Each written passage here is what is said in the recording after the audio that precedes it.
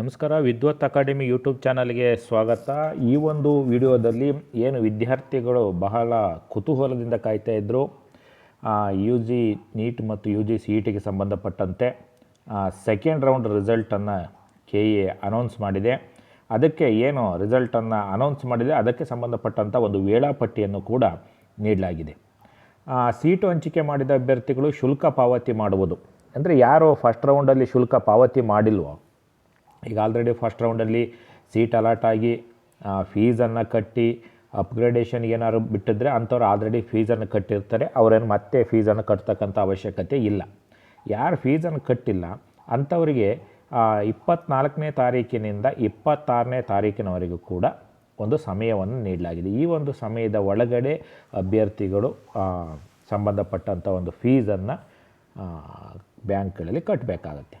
ಎರಡನೇದೇನಪ್ಪ ಅಂದರೆ, ಶುಲ್ಕ ಪಾವತಿಸಿದ ಅಭ್ಯರ್ಥಿಗಳು ಮೂಲ ದಾಖಲೆಗಳನ್ನು ಕೆ ಇ ಎ ಬೆಂಗಳೂರು ಇಲ್ಲಿ ಖುದ್ದಾಗಿ ಸಲ್ಲಿಸುವುದು. ಇದನ್ನು ಸ್ವಲ್ಪ ಕನ್ಫ್ಯೂಸ್ ಮಾಡ್ಕೊಳ್ಳೋದು ಬೇಡ.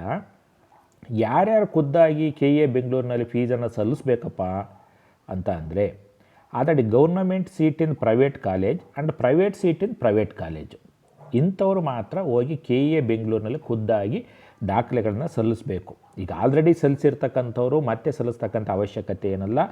ಈಗ ಏನು ಫಸ್ಟ್ ರೌಂಡಲ್ಲಿ ನೀವು ಸಲ್ಲಿಸಿಲ್ಲ ದಾಖಲೆಗಳನ್ನು ಕೆ ಇಗೆ ಅಂತ ಅಂದರೆ, ಈಗ ಆ ಒಂದು ಗೌರ್ನಮೆಂಟ್ ಸೀಟಿನ ಪ್ರೈವೇಟ್ ಕಾಲೇಜ್ ಅಂದರೆ ಸೀಟಿನ ಪ್ರೈವೇಟ್ ಕಾಲೇಜಲ್ಲಿ ಆಗಿದ್ದರೆ ನೀವು 24 ತಾರೀಕಿನಿಂದ 25ನೇ ತಾರೀಕಿನವರೆಗೆ ಸಮಯವನ್ನು ನೀಡಲಾಗಿದೆ. 10:30ರಿಂದ 4 ಗಂಟೆಯವರೆಗೆ ಅಂಥವ್ರು ಹೋಗಿ ದಾಖಲೆಗಳನ್ನು ಸಲ್ಲಿಸಬೇಕು.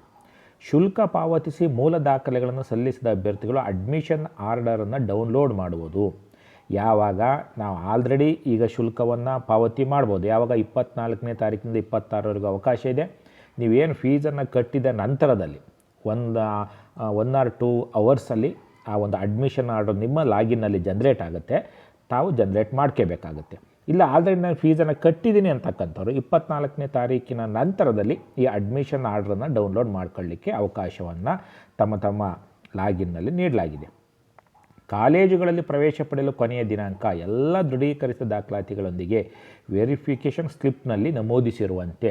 ಅಂದರೆ ಏನೇನು ದಾಖಲೆಗಳು ಬೇಕು ಅಂತ ಏನು ಹೇಳಿದರೆ, ನೀವು ವೆರಿಫಿಕೇಷನ್ ಸ್ಲಿಪ್ಪಲ್ಲಿ ಕೊಟ್ಟಿದ್ದಾರೆ ಯಾವ್ಯಾವುದಕ್ಕೆ ಎಸ್ ಅಂತ ಬಂದಿದೆ ಆ ಎಲ್ಲ ದಾಖಲೆಗಳನ್ನು ನೀವು ಸಂಬಂಧಪಟ್ಟಂಥ ಕಾಲೇಜುಗಳಲ್ಲೇ ಸಲ್ಲಿಸಬೇಕು. ಎಲ್ಲಿ ಸಮಯ ಎಷ್ಟು?